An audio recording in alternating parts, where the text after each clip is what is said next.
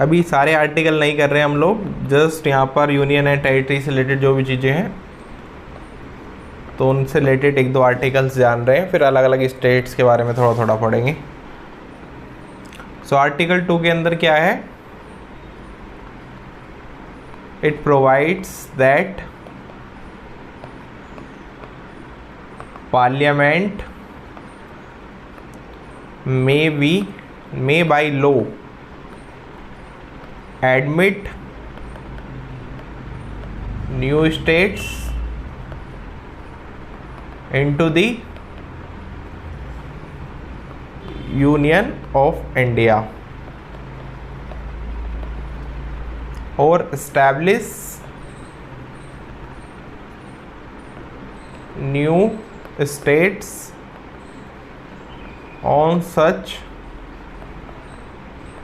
terms and condition as it deems fit। सो कुल मिला के आर्टिकल 2 के अंदर मोटा मोटा यही है कि यहाँ पर इंडिया के अंदर पार्लियामेंट जो है वो यहाँ पर कोई भी न्यू एक तरह से स्टेट को फॉर्म कर सकती है और साथ में यहाँ पर कोई और जो है स्टेट वो ऐड भी कर सकती है। ठीक है, जैसे कि यहाँ पर पार्लियामेंट ने कुछ यहाँ पर ऑलरेडी जैसे कुछ स्टेट्स को एक तरह से सेटलमेंट के थ्रू इंडिया के अंदर एडमिट किया हुआ है, तो इसके एग्जांपल्स कुछ याद हैं किसी को? कोई आफ्टर इंडिपेंडेंस जो भी स्टेट हमारे यूनियन ऑफ इंडिया में शामिल हुए हों,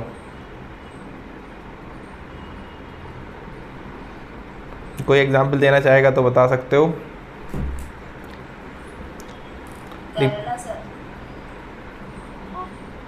गोवा हुआ, इसके अलावा पौंडीचेरी हुआ, दमन दीप, सिक्किम, हाँ केरला भी हो सकता है, पोर्तुगीज़, तो ये सब फ्रेंच सेटलमेंट के थ्रू पार्लियामेंट ने एडमिट करा ना इनको, तो इसको हम लिख सकते हैं द पार्लियामेंट एडमिटेड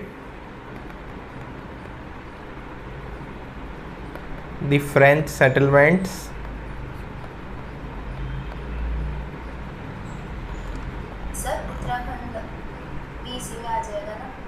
नहीं, उत्तराखंड एडमिट थोड़ी हुआ है सर, अलग तो हुआ है ना, एस्टैब्लिशमेंट तो हुआ है ना उसका न्यू स्टेट की तरफ में। नहीं, एक तरह से न्यू स्टेट, हाँ न्यू उस वाली फॉर्म में तो डेफिनेटली हम उसको ले सकते हैं, बट यहाँ पर मैं जो बता रहा था वो वैसा था कि किसी और ने कब्जा कर रखा है या कुछ, फिर हमने नेगोशिएशन के थ्रू, डिप्लोमेसी के थ्रू, आर्मी पावर के थ्रू किसी तरीके से उनको अपने अंदर मिलाया है।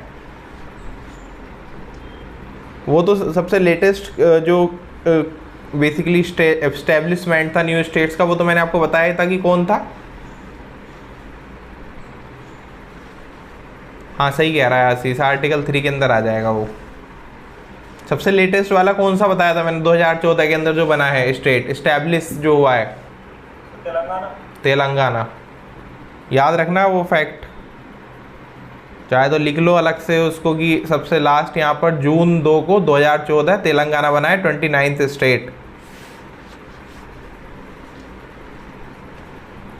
तो फ्रेंच सेटलमेंट के थ्रू, बस ये एग्जाम्पल के लिए, मतलब याद रखने के लिए थोड़ा सा, तो यहाँ पर आ जाएगा गोवा, द्वीप एंड दमन, सिक्किम। अच्छा, मकोई आइलैंड कहाँ पर है? मिनिकोई बोलो, मकोई पता नहीं कुछ तो उसको बोलते हैं, ये स्पेलिंग ये। अब मोबाइल मत चलाना अपना। कहाँ पर है ये?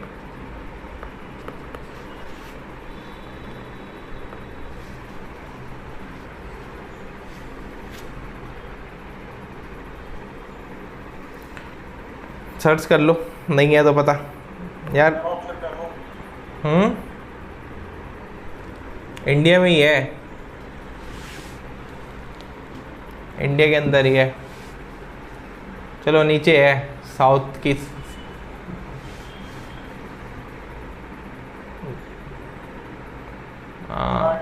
अंडमान वहीं पर है ये। और इसको याद रखना, मोदी जी यहीं तो गए थे शायद पीछे जब कुर्सी डाल के बैठे थे, यही तो जगह थी वो। तुम लोग भी घूमने चले जाना डायरेक्ट, ठीक है। बाकी लिख ले, इसमें यही था, वो गलती से मिट गया है। इसके अंदर आ जाएगा पौंडीचेरी, माँ फोर्थ, बाकी वही सब है जो मैंने आपको अभी बताया ना। सिक्किम वगैरह लिख लिया ना, नहीं लिखा, ठीक है, बस ये एग्जाम्पल के लिए थे, ये सेटलमेंट के थ्रू हुए हैं। नेक्स्ट आर्टिकल 3 आ जाएगा, जिसके तहत अल्टर कर सकते हैं, है ना। Constitution empowers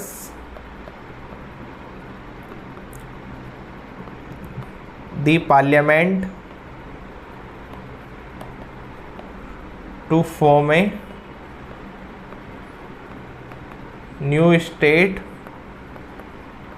by altering boundaries of existing states. तो ये समझ आ गया ना, जैसे यूपी था तो यूपी में अब यूपी के 4 हिस्से करो, 10 हिस्से करो, 20 हिस्से करो, it's on all depend upon, किसके ऊपर डिपेंड करेगा, पार्लियामेंट के ऊपर डिपेंड करेगा ना। मैं क्या बताने वाला था आपको,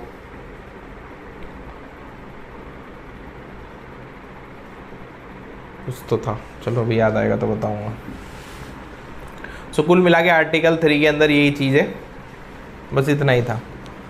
अब यहाँ पर जम्मू एंड कश्मीर और लद्दाख के बारे में जान लेते हैं आफ्टर आर्टिकल 360 जो रिमूव हुआ है उसके बाद। तो कुल मिला के ये तो याद रखना, क्योंकि फर्स्ट 3 आर्टिकल्स तो एटलीस्ट पता ही होने चाहिए। कई बार ना बहुत ज़्यादा सिंपल क्वेश्चन भी आ जाता है, वहाँ पर आपको 1, 2, 3 आर्टिकल दे देंगे और मैच द फॉलोइंग में जैसे आया हुआ भी है, मतलब ऐसा नहीं है कि कोई मैं आपको मन गढ़ंत कहानियाँ सुना रहा हूँ। वहाँ पर ये लिखा हुआ था कि अल्टरिंग बाउंड्रीज, इस टाइप से एक वर्ड डाल दिया, अल्टरिंग बाउंड्रीज, इसके अलावा सेटलमेंट ऑफ स्टेट, और फर्स्ट का यहाँ पर लिख दिया। तो इस टाइप से यहाँ पर जैसे फर्स्ट के अंदर यहाँ पर लिख दिया कि जो इंडिया इज ए यूनियन है ना, वो कि यहाँ पर यूनियन है, तो वो सब यहाँ पर फिर आपसे मैच द फॉलोइंग में पूछ लिया कि कौन जिसको मैच करो, इस टाइप से। तो समझ गए हो ना क्या कहना चाह रहा हूँ मैं, तो इसको याद रखना पूरा। हाँ कर्तव्य। सेकंड आर्टिकल एक बार दोबारा बताऊं, थोड़ा सा मेरा मिस हो गया। सेकंड के अंदर यही था कि पार्लियामेंट जो है वो लो एडमिट करके कोई भी एक न्यू स्टेट को अपने इंडिया के अंदर ऐड कर सकती है। जैसे तुम मान लो कि कोई भी बाहरी स्टेट है, मान लो अब इंडिया ने सोचा कि बांग्लादेश के किसी स्टेट को अपने के अंदर मिलाना है, तो उसको मिला लो, पार्लियामेंट कैन डू इट, कि नेगोशिएशन के थ्रू, मिलिट्री पावर के थ्रू, या किसी भी उससे। चलो आते हैं जम्मू एंड कश्मीर के ऊपर, खूबसूरत वादियों के शहर में।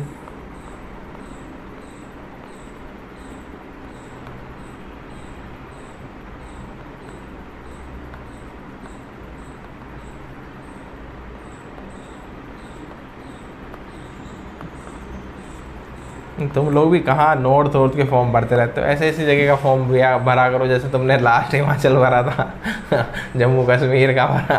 तो ऐसी जगह जॉब लगे तो कम से कम एक कुछ अलग सा तुम्हें फील लगा करेगा। यहाँ इतनी गर्मी है, हाँ गोवा के फॉर्म भरो, बिल्कुल सही है ऐसी जगह जॉब लगेगी, थोड़ा अच्छा भी लगेगा तुम्हें।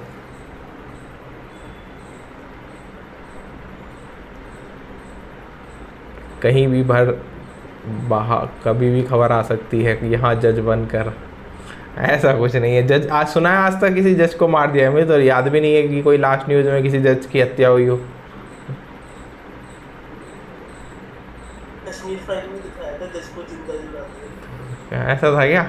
याद नहीं रहा, देखी तो मैंने जज तो नहीं, लड़की वड़की तो थी उसमें, पता नहीं, याद नहीं रहा।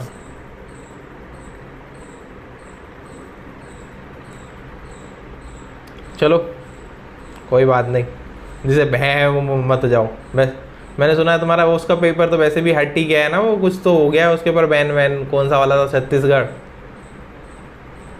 वहाँ का तो तुम्हें डर ख़त्म हो गया है फिर, अगर ऐसा है तो।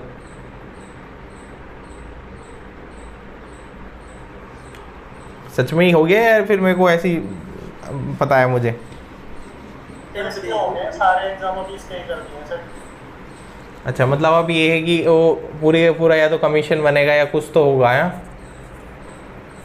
जब 22 को डेट दी है सुप्रीम कोर्ट ने, अब देखो उस दिन क्या डिसीजन देते हैं। वो 3 साल का एक्सपीरियंस मैंडेटरी कर रहे हैं ना एडवोकेट इसमें जुडिशरी में।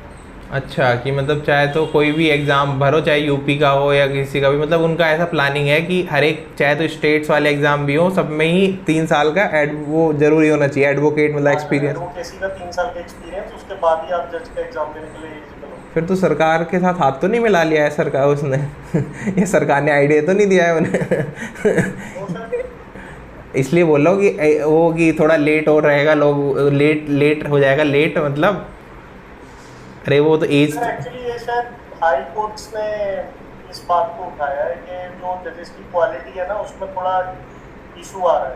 अच्छा, हो सकता है। अंडरस्टैंडिंग में, मैच्योरिटी में, उनके बिहेवियर में, जजमेंट्स में, तो उसको ध्यान में रखते हुए वो कह रहे हैं कि थोड़ा एक प्रैक्टिकल एक्सपीरियंस के बाद आएगा इंसान तो मैच्योरली हैंडल करेगा चीज़ें। वैसे हो भी सकता है क्योंकि है तो क्रिटिकल पोजीशन ही, माइट भी। सर क्वालिटी इंप्रूव करने के लिए मेरे को तो लगता है हो जाएगा।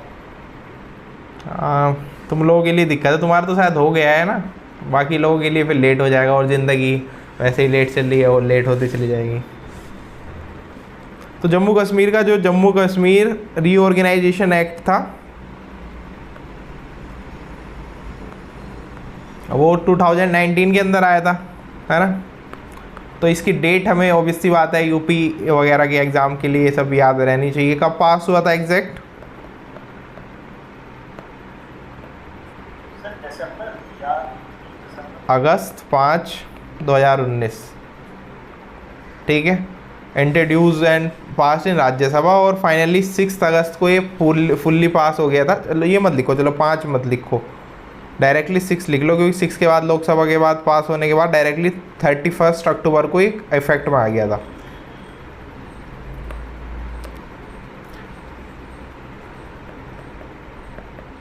यार चलो मैं पूरा ही लिखवा देता हूँ ना, फिर गड़बड़ हो जाएगी कुछ, कभी एग्ज़ाम के अंदर पूछ भी सकता है ना, कुछ भी एग्ज़ाम वालों को कुछ नहीं पता। यहाँ पे हो जाएगा अगस्त 6, 2019। ये पहले कहाँ पर इंट्रोड्यूस हुआ था, याद है किसी को? कहाँ पर इंट्रोड्यूस हुआ था पहले? राज्यसभा में। हाँ, पहले राज्यसभा सभा में हुआ था शायद। नहीं, पहले राज्यसभा में हुआ था। वो लेके तो आए थे, क्या नाम, अमित शाह जी, कि वो पहले क्योंकि वहाँ से मुश्किल था ना पास करना। लोकसभा में तो उस टाइम मेजोरिटी हुआ करती थी आई थिंक बीजेपी वालों के पास, तो लोकसभा से तो इजी था। फिर पता है ना, बिल कहीं पर भी इंट्रोड्यूस किया जा सकता है। ये बात, बिल आइदर राज्यसभा और लोकसभा किसी में भी इंट्रोड्यूस करा जा सकता है।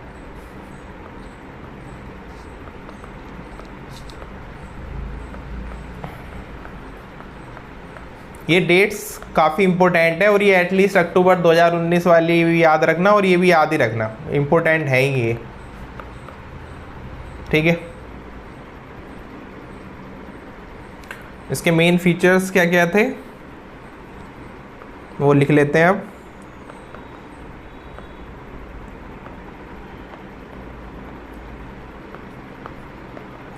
तो सबसे पहला फीचर यही था, रिवोकेशन ऑफ आर्टिकल 370।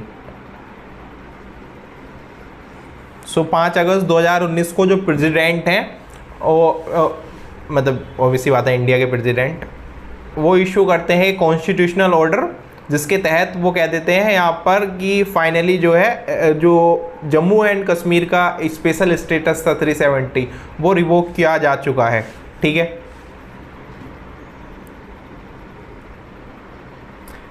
नेक्स्ट है बाइफर्फिकेशन ऑफ स्टेट।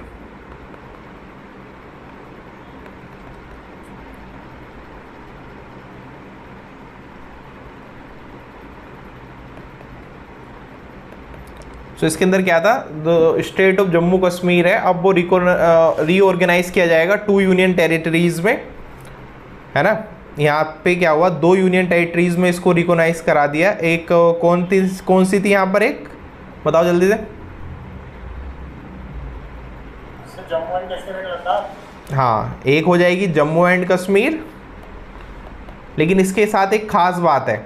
वो खास बात क्या है कि ये विद ए लेजिस्लेटिव असेंबली, पता है ना उसकी अभी भी लेजिस्लेटिव असेंबली है। और दूसरी है लद्दाख। लद्दाख की लेजिस्लेटिव असेंबली नहीं है, बिल्कुल इस चीज़ को अच्छे से याद रखना। वहाँ मांग चल रही है, वो अलग बात है, काफ़ी टाइम से, और हो सकता है सरकार इन फ्यूचर ले भी आए, लेकिन अभी के लिए तो यही है। इसके बाद और क्या चीज़ थी इसके अंदर, जो गवर्नर हैं वो रिप्लेस कर दिए गए किससे। नेक्स्ट पॉइंट है हमारे पास, जो गवर्नर हैं उनको रिप्लेस कर दिया गया लेफ्टिनेंट गवर्नर से। गलती करी, मेरे को लेफ्टिनेंट की तुम लोगों से स्पेलिंग पूछनी चाहिए थी।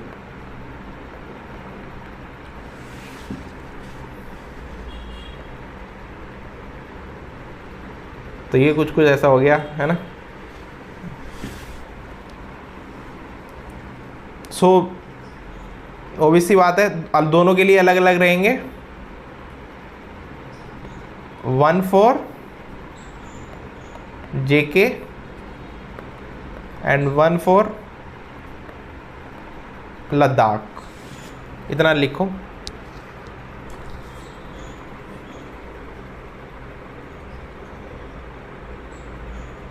जल्दी से मुझे फिर एक क्वेश्चन बताना जब लिख लो तो।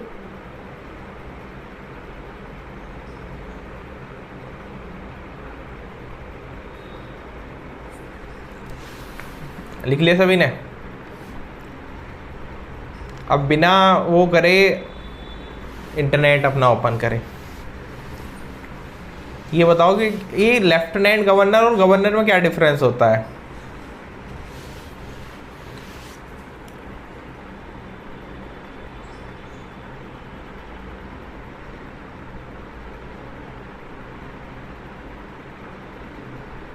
जल्दी से बताओ, काफ़ी इंटरेस्टिंग सा क्वेश्चन मेरे दिमाग में आया। सर गवर्नर एक स्टेट में रहता है और यूनियन टेरिटरीज में लेफ्टिनेंट गवर्नर। चलो ये तो ठीक, मतलब ठीक है, चलो ये भी एक पॉइंट ले लेते हैं, सही है। ये भी एक लेजिस्लेटिव रोल के तहत ये वाली बात हम मान लेते हैं कि वो मतलब ठीक है कि lieutenant governor most of UTs में ही पाए जाते हैं। दिल्ली के अंदर भी LG रहता है ना। इनका क्या डिफरेंस? मतलब स्टेट बुक नहीं होता वहाँ पे, तो जहाँ पे मतलब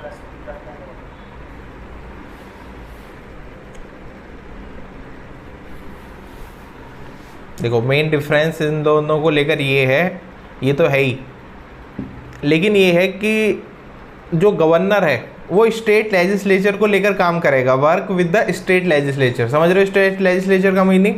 जबकि जो LG है उसका डिपेंड करता है कि लेजिस्लेचर है तो ठीक है, नहीं है तो कोई बात नहीं। इसके अलावा जबकि लेफ्टिनेंट गवर्नर जो रहते हैं ना, उनका डायरेक्ट कंट्रोल होता है यूटीज़ के ऊपर, विदाउट लेजिस्लेचर के भी।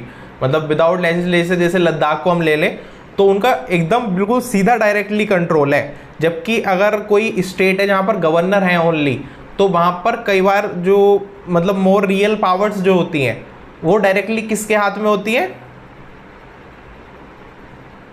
नॉर्मल स्टेट के अंदर रियल पावर किसके हाथ में होती है? CM के हाथ में होंगी, ऑब्वियसली बात है, CM के हाथ में होगी, और कैबिनेट मिनिस्टर जो भी, हाँ मतलब वही तो ये है। और दूसरा एक मेजर डिफरेंस ही होता है, लेफ्टिनेंट गवर्नर का कोई भी फिक्स टर्म नहीं होता है। ये प्रेसिडेंट के प्लेजर पर जब तक बने रहना चाहते हैं, प्रेसिडेंट चाहते हैं तब तक बने रहेंगे। जबकि यहाँ पर जो गवर्नर है वो यूजुअली 5 ईयर्स के टर्म्स के बाद उनको हटा दिया जाता है, ठीक है। और अगर हम इनका थोड़ा सा समझें तो इनके पास कुल मिला के थोड़ी सी ज़्यादा पावर होती है, लेफ्टिनेंट गवर्नर्स के पास थोड़ी सी ज़्यादा पावर होती है। तो इसको चाहे तो एक लाइन में डिफरेंस को यहीं पर नोट डाउन कर लो बॉक्स बना के, कि एक तो मेन डिफरेंस यही कर लेना, क्योंकि कई बार आपसे जैसे टर्म पूछ लिया कि मान लो LG का कितना टर्म होता है, तो आप तो टिक कराएंगे कि 5 ईयर्स होता है, क्योंकि आप लोगों ने ये सुना होगा जनरली कि गवर्नर का जो टर्म होता है 5 साल का होता है। तो यहाँ पर लिख लेना, इसलिए ये चीज़ इंपॉर्टेंट कि इसका कोई भी फिक्स टर्म नहीं है। ये किसके ऊपर डिपेंड करेगा? प्रेसिडेंट के प्लेजर के ऊपर, ठीक है। इसके अलावा LG के पास यहाँ पर मोर पावर भी होती है और इनके पास थोड़ी सी लेस पावर होती है। इसके अलावा मैंने जो भी वो बताया कुछ इंपॉर्टेंट पॉइंट्स, अगर आप लोगों को लिखने हैं तो अपने जो भी नोटबुक है वहाँ पर नोट डाउन कर लेना ये चीज़, ठीक है। बाकी इनका यहाँ पर लिख सकते हो कि स्टेट के यहाँ पर ये सॉरी बेसिकली यूनियन टेरिटरीज़ के अंदर होगा ना, ये तो यूनियन टेरिटरी के अंदर होगा और ये स्टेट के अंदर होंगे, ठीक है। ऐसे करके आप लोग लिख सकते हो, तो लिख लेना। अच्छा, दोनों को अपॉइंट कौन कौन करता है? हाँ अथर बोलो। आर्टिकल 156 के अकॉर्डिंग भी तो ये बता रहा है कि जो गवर्नर है वो प्रेसिडेंट है। एक मिनट, मैं ईयरफोन लगाता हूँ, तुम्हारी बात मेरे को समझ नहीं है।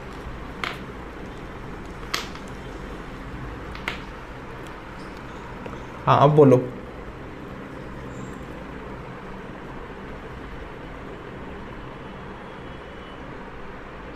हाँ तो लेकिन मैंने ये बोला कि यूजुअली जो एक जैसे बोलते हैं ना, वो चलता हुआ आ रहा है, क्या बोलते हैं जैसे प्रथा रिचुअल की, मतलब 5 साल के अंदर मोस्टली बदला ही जाता है वो भी प्रेसिडेंट के प्लेजर पर, दोनों ही प्रेसिडेंट के प्लेजर पे, बट एक रिचुअल समझ लो या कुछ समझ लो कि 5 साल के अंदर जनरली हर एक का चेंज होता ही है। आप किसी का भी देख लो, मोस्ट ऑफ चेंज होता ही है। जबकि इसके साथ में ऐसा नहीं है, क्योंकि काफ़ी टाइम से वो अभी भी, अब तो पता नहीं कौन है, मेरे को अभी रिकॉल नहीं हो रहा है, लेकिन जम्मू कश्मीर में वो मनोज सिन्हा जी जो हैं वही बने हुए थे ना काफ़ी टाइम से। और ऐसा भी नहीं है, हाँ एक्सटेंड किया जा सकता है, ऐसा कुछ नहीं है, टर्म एक्सटेंड किया जा सकता है, बिल्कुल सही बात है प्रतीक्षा। क्योंकि यूपी के भी गवर्नर शायद कोई 10-10 साल तक भी रहे हैं, तो ऐसी कोई बात नहीं है। कई लोग अपनी स्वेच्छा से छोड़ देते हैं, लेकिन इसको मतलब किसी वे में आपसे कंफ्यूज करने के लिए पूछा जा सकता है, तो इसलिए मैंने आपको क्लियर कर दिया यहीं पर, ठीक है। अभी वापस से आते हैं हम, जो हमारा जम्मू कश्मीर का एक्ट चल रहा था, तो यहाँ पर मैंने बता दिया लेफ्टिनेंट गवर्नर से रिप्लेस कर दिया। इसके अलावा नेक्स्ट यहाँ पर क्या था, ये तो हो गया 3 तक हो गया हमारा कंप्लीट। हाँ,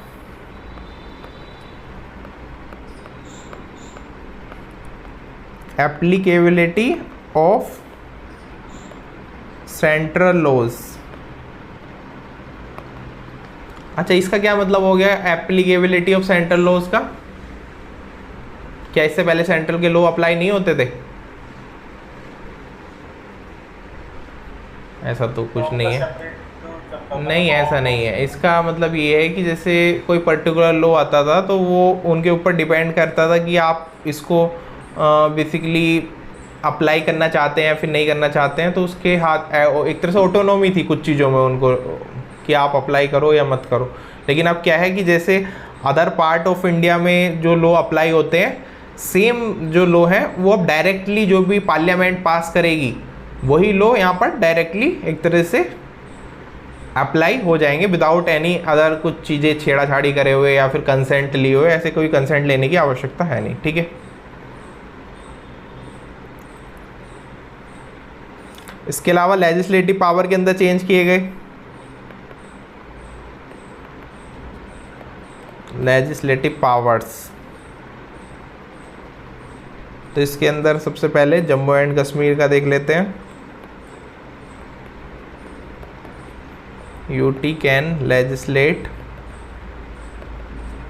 on matters in state list. State list के अंदर जो भी सब्जेक्ट्स आते हैं उन सब पर जो है जम्मू कश्मीर की जो लेजिस्लेचर है वो एक तरह से उसके ऊपर काम कर सकती है, लेकिन किसके ऊपर नहीं कर सकती? इनमें से 2 कौन से हटा लिए गए? कौन से हटाए गए हैं बताओ? ये तो बेसिक सी नॉलेज है, तुम्हें पता होना चाहिए। अरे मतलब ये तुम लोग क्या आंसर कर रहे हो? तुम लोग समझ नहीं आया तुम्हें। मैं ये बोल रहा हूँ स्टेट लिस्ट के अंदर जो कार्य हैं, जैसे कि मान लो एग्रीकल्चर का कार्य हुआ या फिर कोई और हेल्थ का कार्य हुआ, कि ये सब तो सरकार देखेगी। मतलब जो जम्मू कश्मीर की चुनी हुई सरकार है वो ये सब कार्य देख सकती है, लेकिन कौन से कार्य वो नहीं देख सकती है जो और दूसरी सरकारें देख सकती हैं।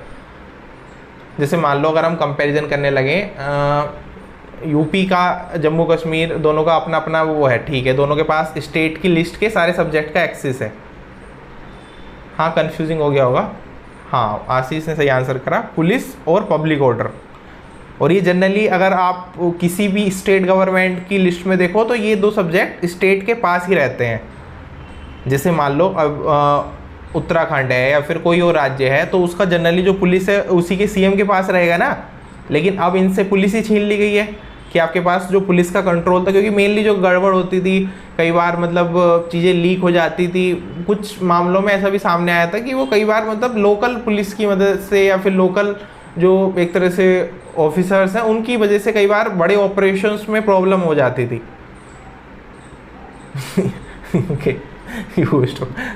केजरीवाल के हाथ में तो थी नहीं, कि दिल्ली का भी तो सेम ही सीन है ना, दिल्ली के अंदर भी नहीं है।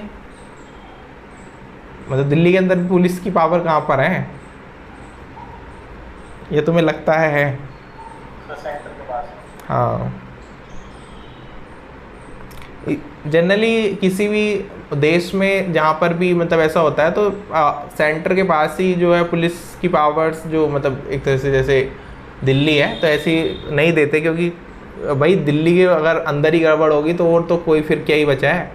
तो इसलिए सेंट्रल अपने पास ही रखता है कहीं पर भी जहाँ भी राजधानी होती है, वहाँ तो दे ही नहीं सकते। दिल्ली पुलिस सच में बहुत बेटर है। मतलब तुम दिल्ली पुलिस को ऐसा मत समझो, दिल्ली पुलिस की जो ट्रेनिंग्स हैं और मतलब काफ़ी चीज़ों को लेके काम होती है। ये लोग मतलब एक बार के लिए मुंबई की पुलिस और दिल्ली की पुलिस टेररिस्ट का भी मुकाबला कर सकते हैं। मतलब इनकी जो ट्रेनिंग है, इनको जो थोड़ा सा इनका पूरा कोड ऑफ कंडक्ट है वो बहुत अच्छा है कि सब चीज़ें कैसे मैनेज करनी है। और ये लोग थोड़ा टेक्नोलॉजिकली भी एडवांस होते ही हैं उन सब की कंपैरिजन में, बाकी स्टेट्स की पुलिस के कंपैरिजन में। ये लोग मुकाबला कर सकते हैं, ये बड़े ऑपरेशंस में सहायता भी कर सकते हैं। बाकी लोगों का भी कर सकते हैं उनका, लेकिन उनके कुछ ऑफिसर्स ही कर सकते हैं। यहाँ तो सबको ही ऐसा ट्रेन करा जाता है कि कभी ज़रूरत पड़े तो कुछ प्रॉब्लम हो तो ये लोग हैंडल कर लें। तो अगेन हाई कोर्ट का क्या सीन है यहाँ पर? यहाँ पर एक हाई कोर्ट है, दो? जल्दी से बताओ, जम्मू कश्मीर का लद्दाख का अलग अलग हाई कोर्ट है या फिर?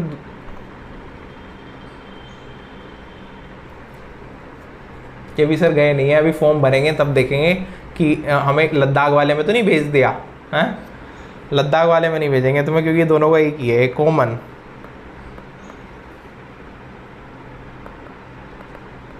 हाई कोर्ट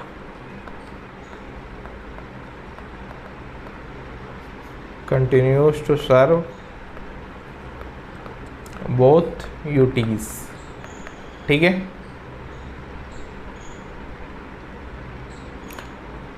एक लाइन में बस अगर पर्पस और इनका इम्पैक्ट लिखना हो कभी,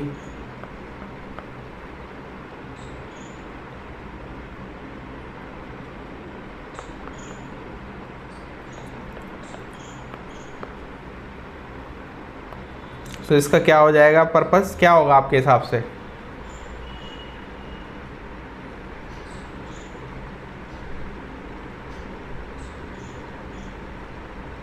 कोई पर्पस बता दो, कुछ तो पर्पस होगा। कोई दिमागों का भी थोड़ी हो रही होगी सरकार के, ऐसे उठे और करना स्टार्ट कर दिया।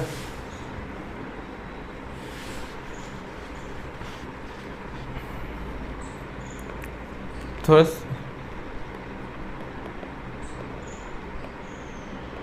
वो तो लिख ही लिया हमने।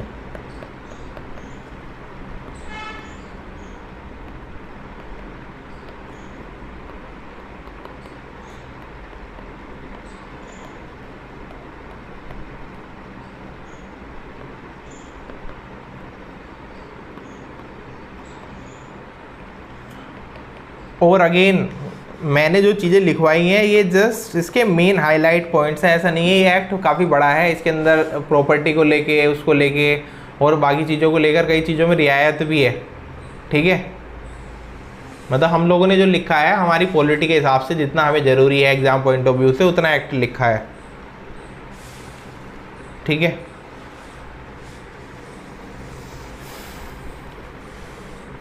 कभी तुम्हें लगे कि सर ये तो और कुछ लिखा ही नहीं हमने, इसलिए मैंने पहले ही बता दिया तुम्हें। अच्छा जल्दी से अब मुझे फर्स्ट एलजी बता दो, कौन थे first LG of Jammu Kashmir?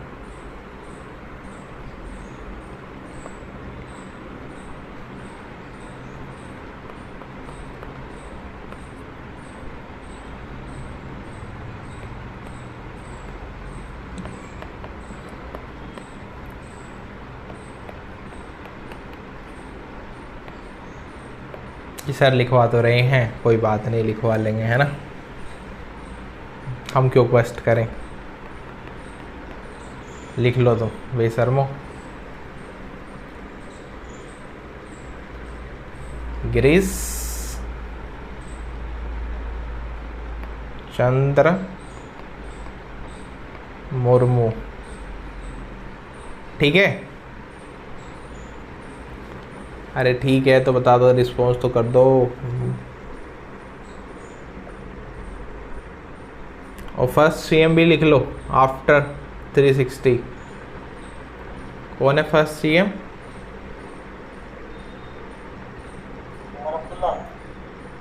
हाँ, और जम्मू कश्मीर के फर्स्ट सीएम कौन रहे थे?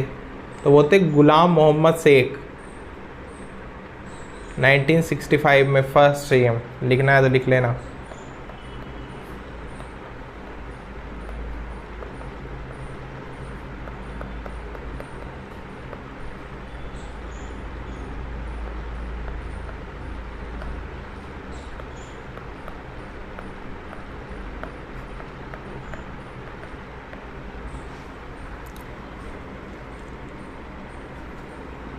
लद्दाख के भी एलजी लिख लो, एलजी ऑफ लद्दाख, मतलब फर्स्ट, ऑब्वियस सी बात है।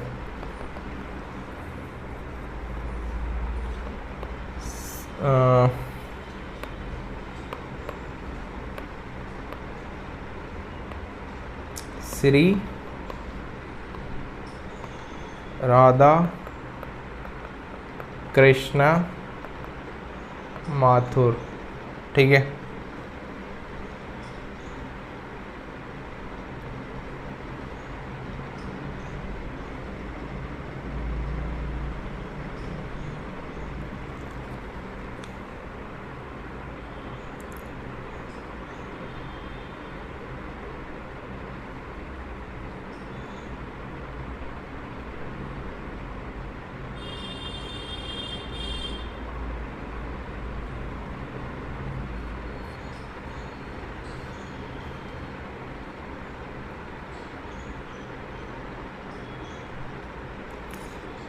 लिख लिया है इतना, सभी को समझ आया, क्लियर है। नेक्स्ट, क्योंकि नेक्स्ट पढ़ें फिर हम। सो आज हमने यहाँ पर जो है जम्मू कश्मीर का रीऑर्गेनाइजेशन एक्ट 2019 पढ़ा। अब हमारे पास है नया दूसरा एक एक्ट जो कि अभी हाल ही में, मतलब 2019 में हुआ था। दूसरा है the Dadra and Nagar Haveli and Daman and द्वीप मर्जर ऑफ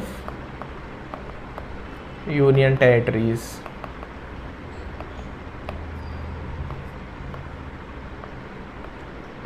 ठीक है, ये भी एक्ट जो है, एक्ट की बात करें तो 2019 के अंदर ही आया था।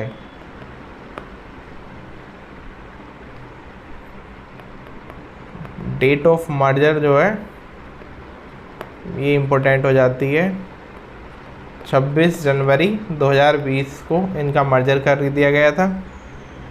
और मर्जर क्यों किया गया था? मर्जर इसलिए किया गया था क्योंकि जोग्राफिकली जो यूटीज़ थी ये एक तरह से क्लोज थी, और ये एक तरह से हिस्टोरिकल कह सकते हैं कि बैकग्राउंड में इनका सिमिलर है। ये दोनों ही पोर्तुगीज़ की कॉलोनीज़ हुआ करती थी, ठीक है। तो इनका कॉमन एडमिनिस्ट्रेशन हुआ करता था सिंस 1987 से, ठीक है। सो यहाँ पर अलग अलग डुप्लीकेशन ऑफ सर्विस को रिमूव करने के लिए, एफिशिएंसी को रिमूव करने के लिए, पैसे बचाने के लिए ये सब चीज़ें करी गई, और इसका नया नाम रख दिया गया Dadra and Nagar Haveli and Daman and द्वीप, ठीक है। तो इनको सबको एक ही कर दिया गया है। It is the third largest, लिख सकते हो, इट बिकेम थर्ड लार्जेस्ट, नहीं sorry, longest name of any UTs in India. क्योंकि सबको कहना जरूरी था ना, किसी का नाम ले लेते तो फिर वहाँ के लोग लड़ने लगते। इसकी कैपिटल कौन सी है?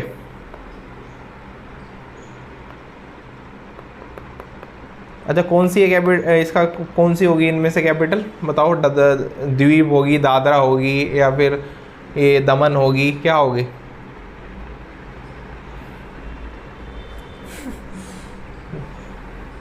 ऑप्शन दे दिया, ऑप्शन में तो चूज़ कर लो तुम लोग पूरी। लद्दाख में और उसमें ज़्यादा अंतर नहीं है, मतलब जम्मू कश्मीर में और लद्दाख में बहुत ज़्यादा मेजर डिफरेंस नहीं है। कुछ मतलब जैसे लिखो चलो, यूनियन टेरिटरीज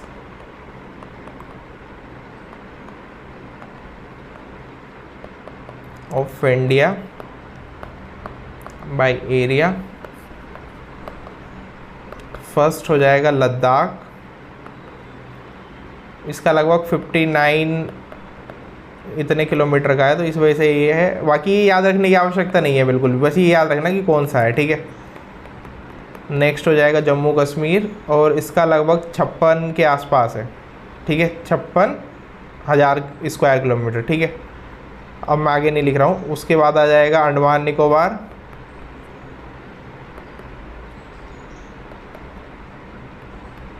और नेक्स्ट हो जाएगा इसके बाद दिल्ली, एंड इसके अलावा फिर आता है दमन एंड दीव,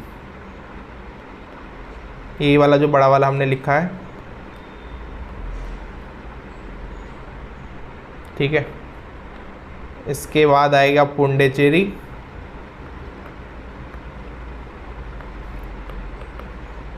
इसके बाद छत्तीसगढ़। छत्तीसगढ़ का झगड़ा भी ख़त्म नहीं हुआ अभी तक,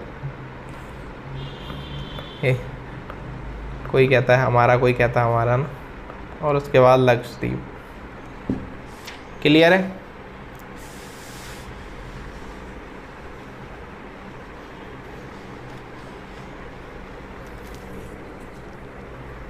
एरिया वाइज तो थोड़ा सा याद रखना, क्योंकि कई बार वही मैंने बताया ना, उसमें क्रोनोलॉजिकल ऑर्डर से या इस सब में आ सकता है।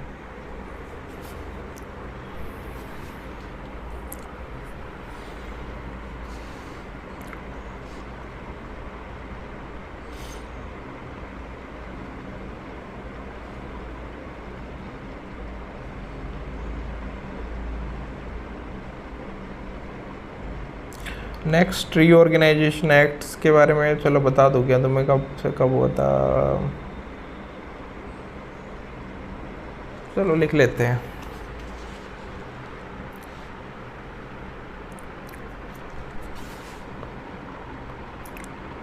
Reorganisation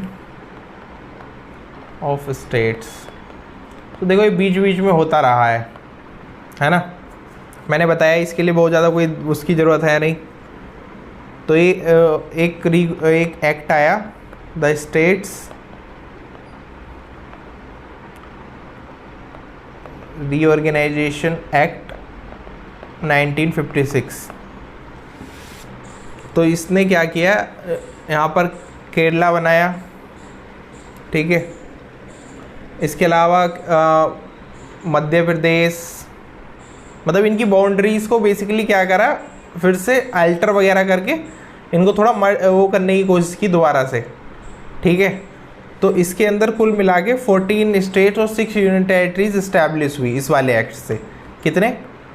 14 states and 6 union territories.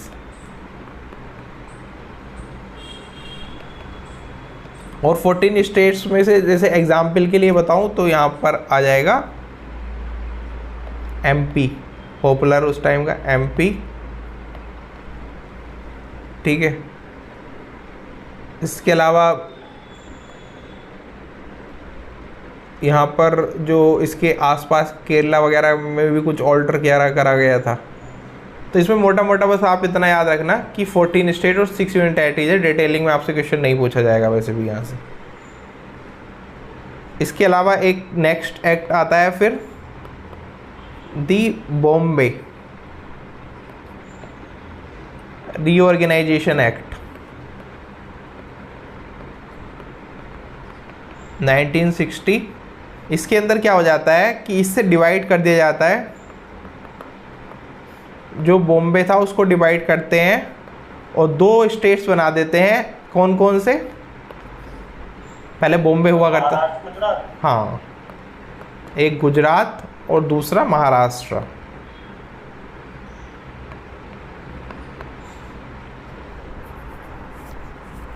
फिर 1962 में एक नया स्टेट बनता है which is called Nagaland.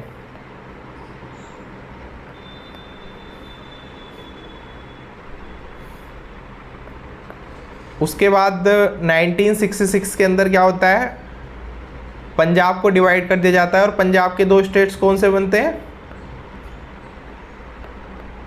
Punjab किस में बना? पंजाब एंड हरियाणा। हाँ, पंजाब एंड हरियाणा।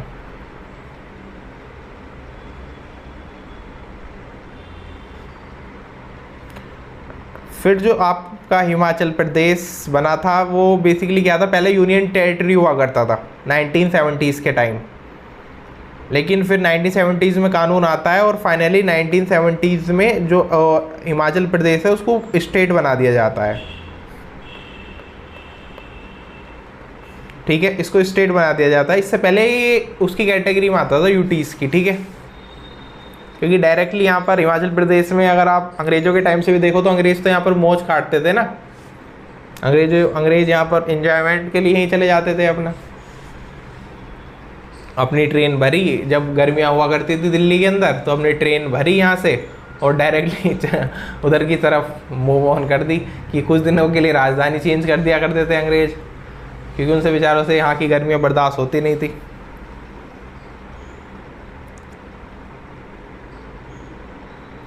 इसके बाद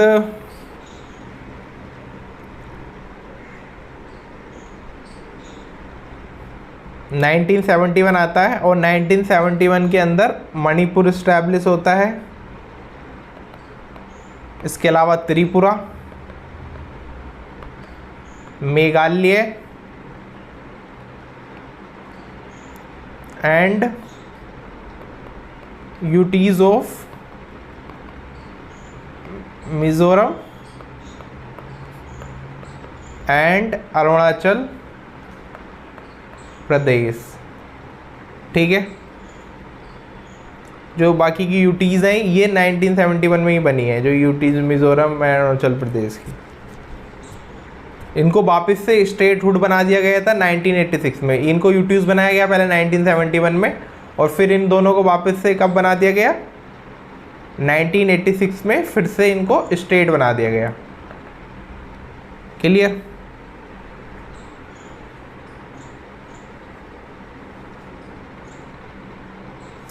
इसके अलावा यहाँ पर 1987 में गोवा को बना दिया गया है एक स्टेट, पूरा स्टेटहुड का दर्जा गोवा को दे दिया गया।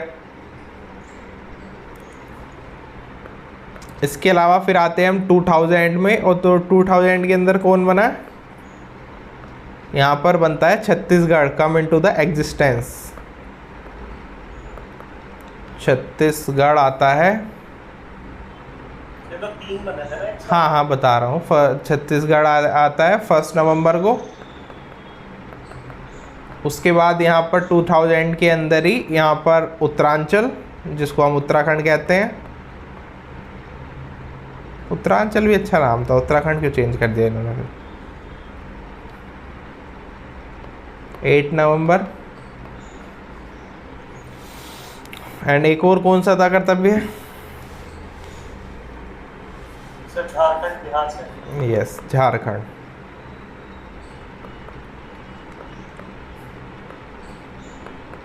जो कि 15 नवंबर को बना। तो ये तीनों जो है 2000 के टाइम के ही हैं। ठीक है, और ये 28 स्टेट बन चुका था। और लास्ट आप लोगों को बताइए, after the ब्यूरिफिकेशन of Andhra Pradesh कौन बना है? तेलंगाना। मुझे तो अपने भारत को देख के लगता है कितना बड़ा है, इतने सारे स्टेट्स, और हम अभी तक कहीं घूमे भी नहीं है इतने स्टेट में। एक एक स्टेट में भी जाओ तो कितना टाइम लगेगा। तेलंगाना,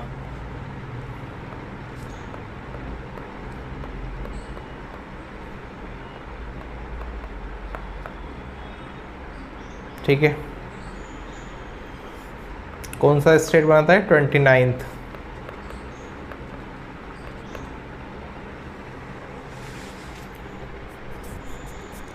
दस 20 स्टेट और बन जाने चाहिए भारत में, और स्टेट बनाओ और स्टेट बनाओ।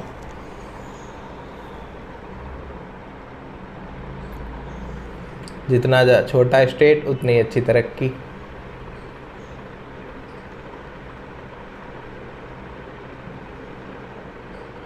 लेकिन कल्चर के हिसाब से बांट नहीं सकते। नहीं होंगे उतने रिसोर्सेज। हाँ वही, दोबारा मैं वही तो कह रहा था कि उतने झगड़े भी बढ़ सकते हैं कि लोग अपने कल्चर को लेके फिर हम तो पूर्विया हैं, हम तो पश्चिमिया हैं हम तो कनपुरिया हैं, ऐसे करके चल जाएगा लोगों का युद्ध।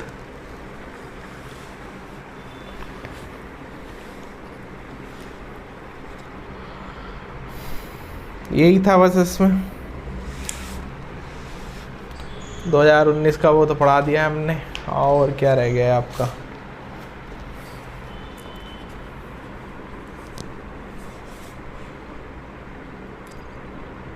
चलो सिटीजनशिप पढ़ते हैं।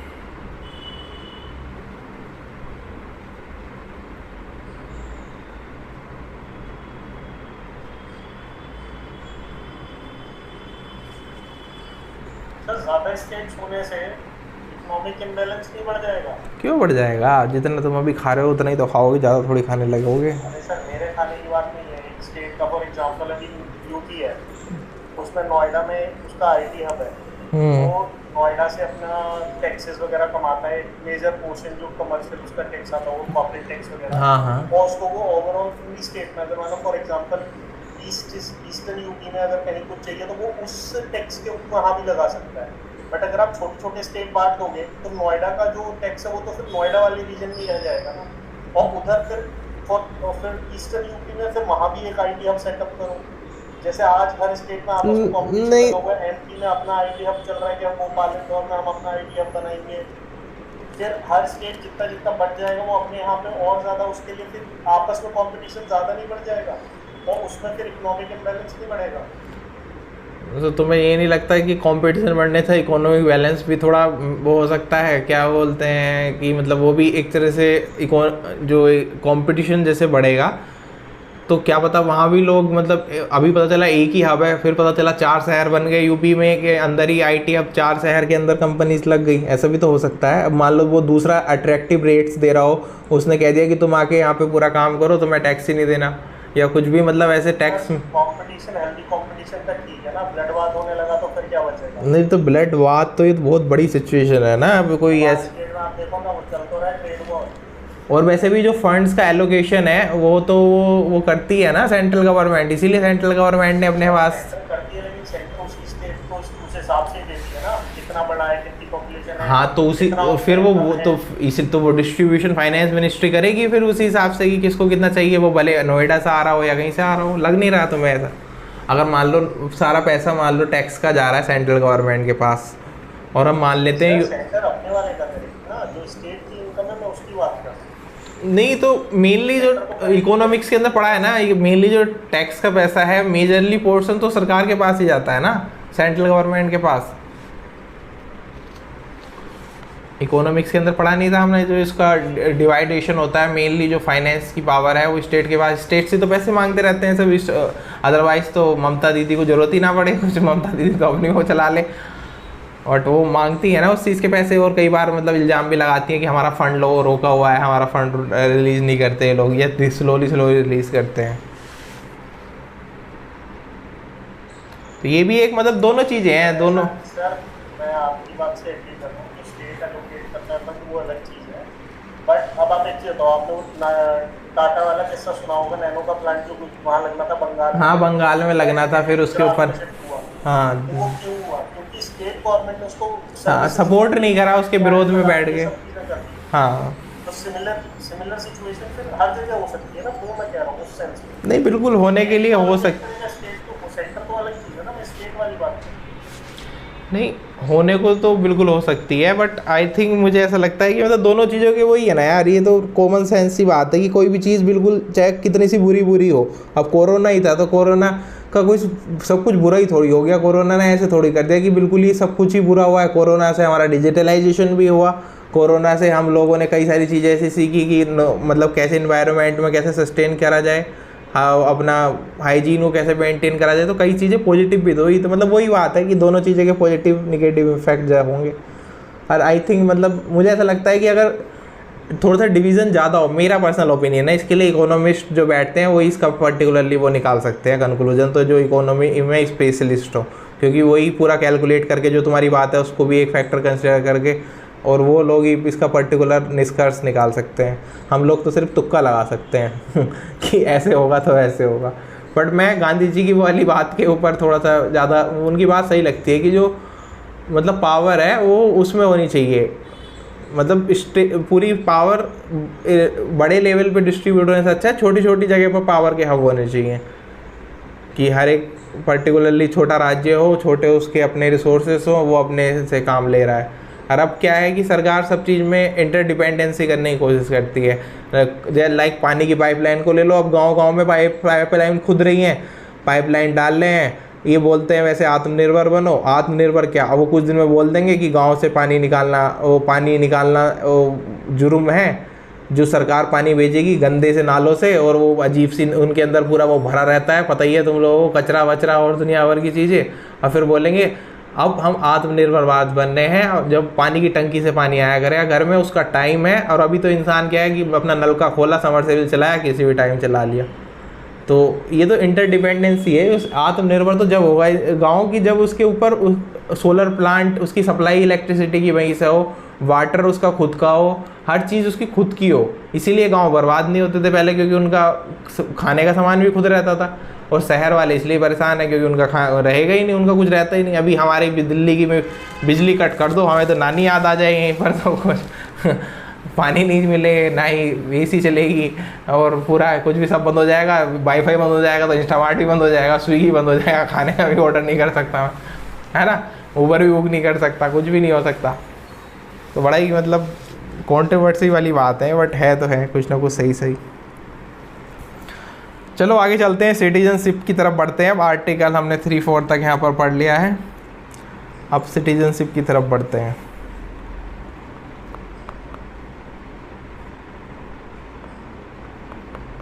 और पता है कोई धरना देता है तो सबसे पहले क्या करती है सरकार, पता ही होगा तुम लोगों को, क्या करती है, वहाँ का बिजली पानी कट करती है। जहाँ भी धरना दे रहे हो तुम, वहाँ का बिजली पानी कट हो जाएगा, रात को बिजली नहीं आ रही है। तो ये लोग आगे को सेम टेक्निक गाँव के ऊपर और रूरल एरियाज़ के ऊपर अप्लाई नहीं किया करेंगे, कि कहीं कोई अपनी बात मनवा रहा है या कोई गलत चीज़ का विरोध कर रहा है तो आगे वो कर दिया करेंगे उनका भी पानी कट। नहीं सर, स्टेट गवर्नमेंट सपोर्ट करती है, पानी भी पहुंचाती है, बिजली कैसी बात है वो तो उसके अगर अपोजिट वाली है तभी तो सपोर्ट करेगी ना, सेम वाली क्यों करेगी। अब मान लो वो जो वैसा वाला किसानों वाला, तो उसमें सेम वाले कहाँ करते थे, मतलब वो पंजाब की तो गवर्नमेंट सपोर्ट करती थी ना। हाँ मतलब तो दिल्ली में भी तो अपोजिट ही थी यार तो अपोजिट वाली तो करते हैं ना, सेम वाले क्यों करेंगे। चलो सिटीजनशिप पर आते हैं।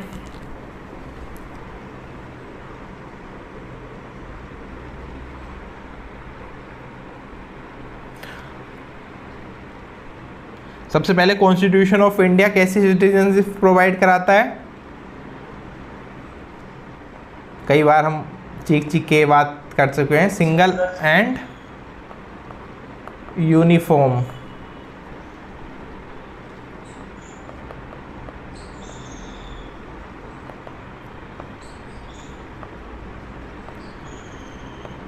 मतलब इसका सिंपल सा मतलब दिमाग में इतना सा रखोगी, तुम इंडिया के नागरिक हो, इससे फिर फ़र्क नहीं पड़ता कि तुम्हें कहाँ पर जा रहे हो, कहाँ पर कौन से स्टेट में रहना है।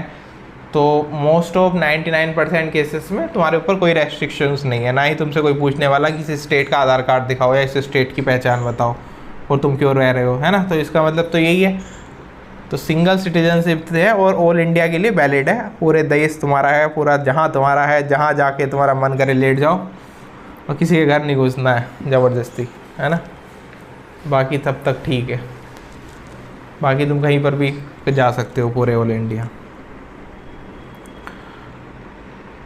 सो सिटीजनशिप ऑफ जो इंडिया की है वो कैसे ग्रांट होती है किसी भी पर्सन को?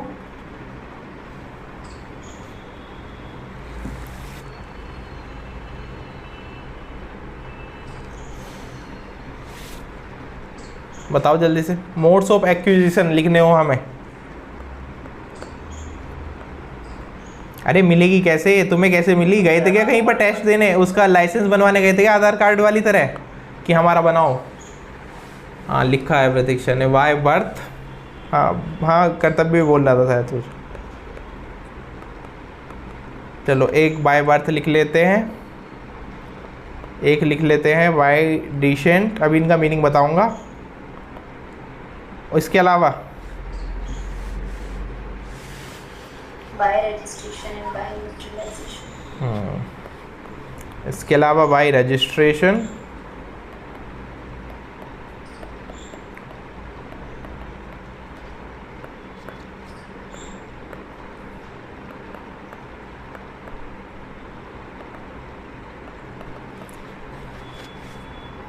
चलो ये सब तो एक और तरीके से सिटीजनशिप मिल सकती है।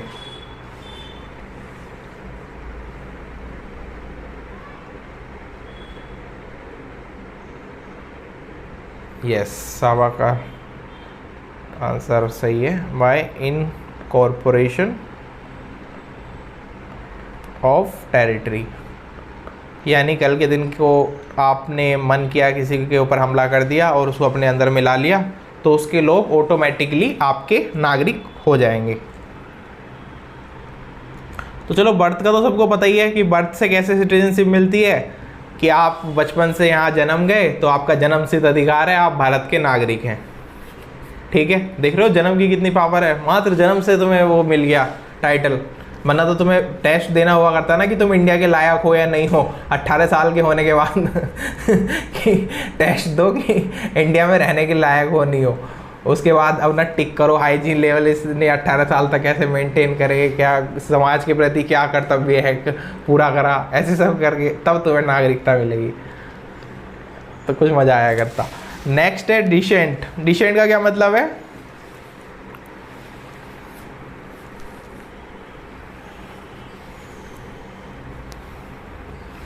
इसका एग्जाम्पल क्या है, मतलब कुछ एग्जाम्पल दो पेरेंट्स की सिटीजनशिप जहाँ की है। मान लो इंडिया के पेरेंट्स हैं और वो रहते हैं फॉरेन। मान लो किसी के मम्मी पापा काम करने गए फॉरेन और वहाँ पर उस बच्चे का जन्म हुआ, तो क्या उसे इंडिया की सिटीजनशिप मिलेगी? अरे मान लो आजकल लोग जैसे दुबई काम करने जाते हैं, यहाँ से दुबई जाते हैं, सऊदी अरब जाते हैं और वहाँ पे जाके उनका बच्चा हो गया, तो उसके बाद सिटीजनशिप कहाँ की मिलेगी? इंडिया की मिलेगी या नहीं मिलेगी? मिलेगी ना इंडिया की। तो बाई डिसेंट वो अलग बात है, वो छोड़ सकता है, कुछ भी कर सकता है। नेक्स्ट है बाई रजिस्ट्रेशन। रजिस्ट्रेशन कैसा?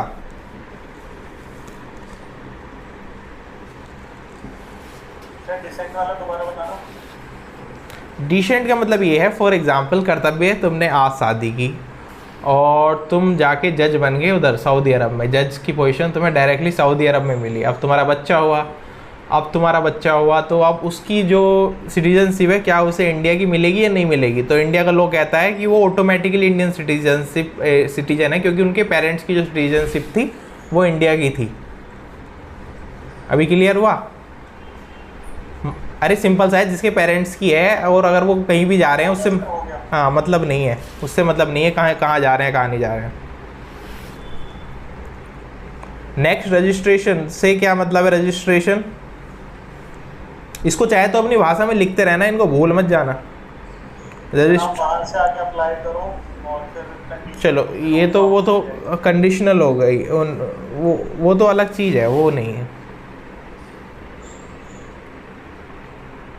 मान लो कर्तव्य की शादी हम कराते हैं यहाँ पर इंग्लैंड से, तो इंग्लैंड की जो मैरी क्वीन आएंगी, अब वो मैरी क्वीन को इंडिया का हम कैसे बनाएंगे? अब उनकी शादी जब कर्तव्य देवता से हुई है तो उसको ऑटोमेटिकली इंडिया का लॉ कहता है कि उनको इंडियन सिटीजनशिप दे दी जाएगी। ठीक है, तो for the persons of Indian origin those married to Indian citizen. Registration का मतलब for persons of Indian origin, लिखना है तो लिख लो, for the person of Indian origin those married to the Indian citizens. Next है न्यूट्रलाइजेशन। लाइवा बताएगी, लाइवा क्या कर रही है। फॉरेन ओरिजिन होगा ना, इंडियन नहीं, पर्सन मतलब उसको मिलेगी ना तुम्हें। Person of foreign origin married to Indian, ऐसे भी लिख सकते हैं, बट मैंने कोई गलत थोड़ी बोला है। सर आपने बोला person of Indian origin married to an Indian. For person of, मैंने ये बोल दिया क्या? अरे मैं मतलब जो बात वही थी, तुम समझ गए ना बात को। मेरे से गलती से बोला गया हो तो ठीक है, मैंने वैसे मेरा मतलब यही था कि जो भी तुम्हारी शादी बाहर होगी उसको इंडिया की सिटीजनशिप मिल जाएगी जो तुम्हारे साथ आएगी, ठीक है।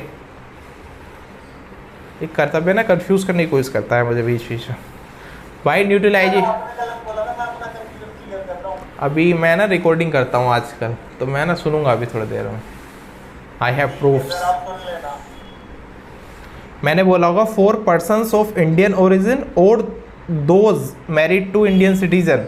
मान लो those married to Indian citizen का तो मतलब यही हो गया ना कि जो इंडियन सिटीजन से शादी करेगा।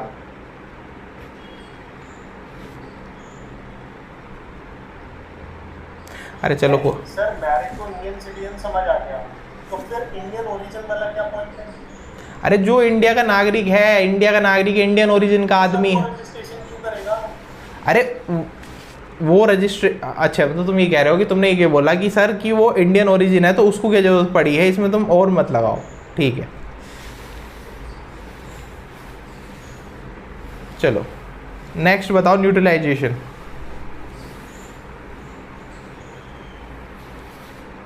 सर जो नॉन सिटीजन होते हैं, मतलब फॉरेनर होते हैं, उन्हें सिटीजनशिप मिल जाती है लिमिटेड टाइम पीरियड स्पेंड करने के बाद। हाँ, न्यूट्रलाइजेशन का मतलब है जो फॉरेनर्स जो है इंडिया के अंदर रिसाइड करते हैं और कुछ टाइम के बाद उनको सिटीजनशिप के लिए अगर वो अप्लाई करते हैं और कुछ टर्म्स एंड कंडीशन के साथ अगर उनको सिटीजनशिप जो है वो मिल जाती है। और नेक्स्ट तो सभी को पता ही है।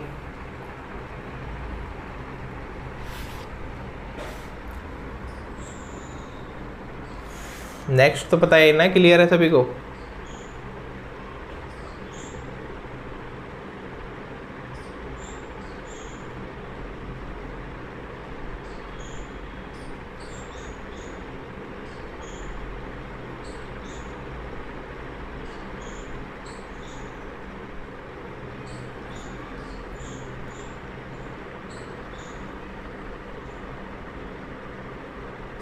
ठीक है, एक सेकंड रुको ज़रा तुम, एक सेकंड नहीं, 1 मिनट।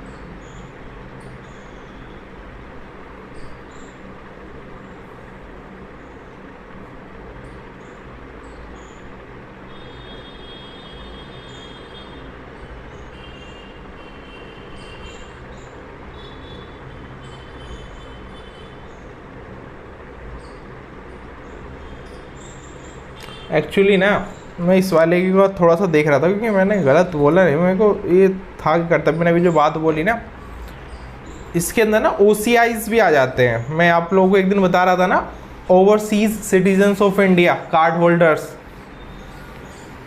मतलब जो ये अभी मैंने बोला ना अप्लाई वाला, वो जैसे हर एक सिटीजनशिप के अंदर काफ़ी सारे वो हैं कि मतलब ये चीज़ हो सकती है, ये चीज़ हो सकती है। हम लोगों ने जो एक एक वर्ड में ये लिखा है, इसके अंदर फिर से इसके सब क्लोज हैं। समझ रहे हो मैं क्या कह रहा हूँ? नहीं समझ आ रहा है? इसके जो सब क्लोज है उसके अंदर OCIs के लिए भी जगह है। इसके अलावा यहाँ पर जो लोग बाहर के यहाँ पर मतलब जो जैसे मान लो किसी के पेरेंट्स जो है इंडियन ओरिजिन के रहे हों, अब ध्यान से सुनना, किसी के पेरेंट्स इंडियन ओरिजिन के रहे हों और वो जाके सेटल हो गए हो, मान लो इंग्लैंड के अंदर, लंदन के अंदर सेटल हो गए हैं, अब उनका बच्चा आया इंडिया के अंदर वापस आया, इंडिया के अंदर वापस आया, अब वो डायरेक्टली मान लो उसके दादा परदादा रहे हो, ऐसा समझो, अब वो डायरेक्टली तो इंडिया का नागरिक नहीं है ना, तो डायरेक्टली वो इंडिया का नागरिक नहीं है, लेकिन अगर वो कुछ साल इंडिया के अंदर रुकता है, सो विद वाई रजिस्ट्रेशन वो फिर से इंडिया का नागरिक बन सकता है, लेकिन उसकी कंडीशन है इंडिया का ओरिजिन का होना चाहिए, मतलब उसके पेरेंट्स पर दादा कुछ इंडियन ओरिजिन के होने चाहिए। इसके अलावा overseas citizens of India card holders, जो यहाँ पर OCI कार्ड होल्डर्स होते हैं, वो यहाँ पर अप्लाई कर सकते हैं। इसके अलावा individuals with Indian citizen parents और persons of Indian origin residing abroad, तो वो भी इसके अंदर आ जाएंगे। तो कुल मिला के इसके अंदर काफ़ी सारी कैटेगरी सब कैटेगरीज हैं, सो वो इतना डिटेल में आपको जाने की आवश्यकता नहीं है, हमें सिर्फ मोड ऑफ एक्विजिशंस में इनका ये सब जो है ना ये याद रखना है। इससे ज़्यादा मैं तुम्हें गारंटी लिख के दे सकता हूँ, तुम्हारे एग्जाम में कोई कुछ नहीं पूछने वाला, बस हमें इनको पूरे अच्छे से याद रखना है कि मोड्स ऑफ एक्विजिशन क्या क्या है, ठीक है। तुम्हारे एग्जाम का जो स्तर है उसके हिसाब से हमें इन सब का एग्जैक्ट नेम पता होना चाहिए कि by birth, by descent, by registration, neutralisation, incorporation of territory.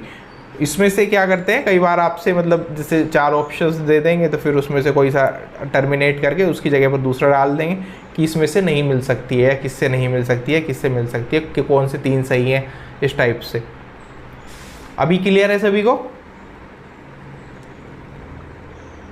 लाइवा के अलावा कर्तव्य बताए, ठीक है।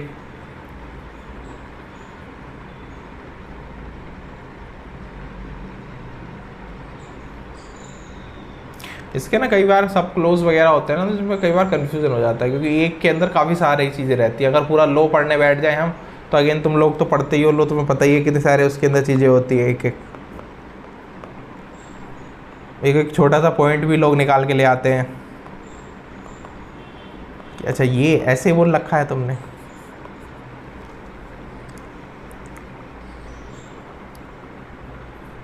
इस चक्कर में मुझे भी कन्फ्यूज़न हो जाता है समटाइम्स, सॉरी फॉर दैट। अभी चलते हैं मोड्स ऑफ टर्मिनेशन में। सबसे पहले आएगा रेन्युकेशन, और ये वर्ड्स इम्पोर्टेंट है, अगर कभी मेंस लिखने की आप लोगों को मौका मिले तो कृपा करके ये वर्ड डायरेक्टली लिखे हो उसके अंदर, तो उससे ज़्यादा मार्क्स मिलते हैं, अनलेस तुम लोग अपना मतलब ये सब लिखना स्टार्ट कर दो। डेप्रीवेशन,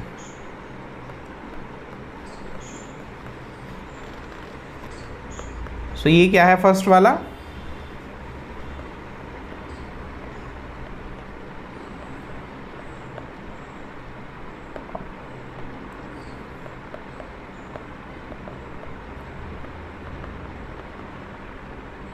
अगर ये कर्तव्य गलती से नीदरलैंड जाकर बोलने लगा कि मुझे अब यहाँ का तुम वो बना दो इंटरनेशनल कोर्ट का जज, है ना, और अब मैं इधर ही सेटल होऊंगा नीदरलैंड में, तो ये अपनी जो एक तरह से सिटीजनशिप है वो छोड़ सकता है, ठीक है।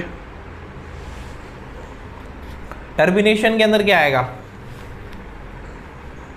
लाइवा बताओ टर्मिनेशन।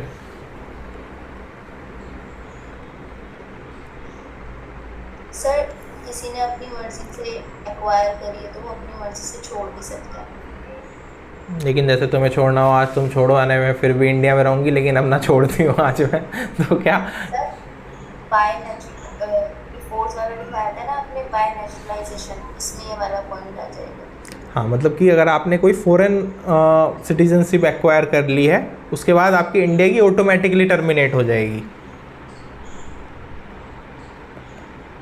मान लो तुम आज अमेरिकन सिटीजन बन गए तो आप इंडियन सिटीजन्स नहीं रहोगे। ड्यूअल सिटीजनशिप का वैसे भी हमारे यहाँ कुछ ऐसा कुछ नहीं है कि आप इंडिया के भी रहो वहाँ के भी रहो, यहाँ तो वैसे ही इतनी मारा मारी है।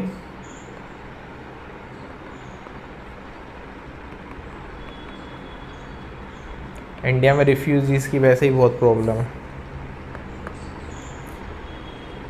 डेप्रीवेशन क्या होगा? सर अगर किसी ने बाय फ्रॉड सिटीजनशिप एक्वायर करी है तो सिटीजनशिप। हाँ, रिवोकेशन हो जाएगा उसका। या तुमने कोई ऐसा कांड कर दिया है, कुछ कर दी गड़बड़, गवर्नमेंट का मन करा तो स्पेसिफिक लॉज के अंदर तुम्हें हटा दिया जा सकता है।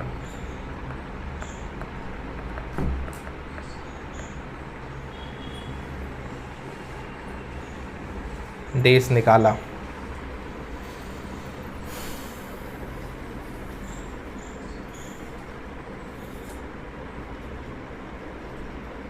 अच्छा, ये 2 वर्ड्स हैं इंटरेस्टिंग से, तुम्हें लिखवा देता हूँ एग्जाम पॉइंट ऑफ व्यू से, कभी मतलब पूछ ले। इसके प्रिंसिपल्स ऑफ सिटीजनशिप क्या होते हैं?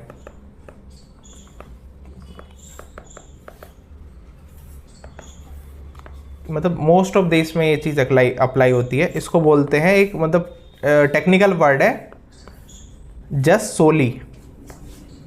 इसका क्या मतलब होगा जस सोली का?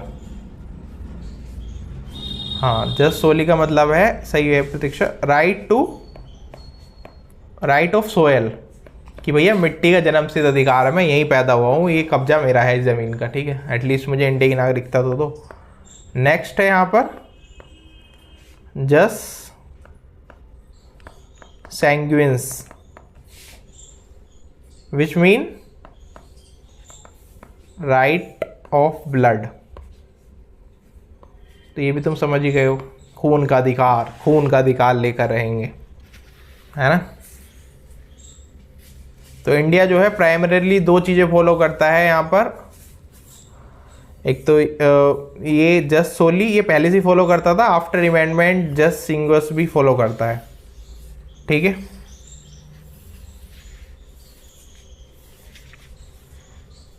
इंडिया वैसे मोस्ट ऑफ इंडिया का जो सिटीजनशिप है वो ड्यूअल सिटीजनशिप नहीं है, लेकिन फिर भी जो OCI कार्ड होल्डर्स हैं उनके लिए कुछ हद तक कुछ चीज़ों में इंडियंस को राइट है। बाकी जैसे मान लो जो OCI कार्ड होल्डर्स होते हैं, इनके बारे में अभी डिटेल में लिखवाऊंगा।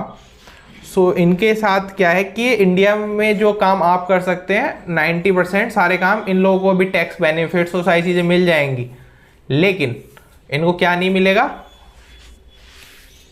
क्या एक चीज़ नहीं मिलेगी? Right to vote. हाँ, राइट टू वोट। और पॉलिटिकल मैटर्स में नहीं वो कर सकते कि हम नेता बनेंगे, अब हमारे पास 10 करोड़ रुपए, 10 से तो नहीं बनते हैं, 10,000 करोड़ रुपए है तो हम मिनिस्टर बन जाते हैं कुछ इंडिया के अंदर, तो ऐसा नहीं कर सकते।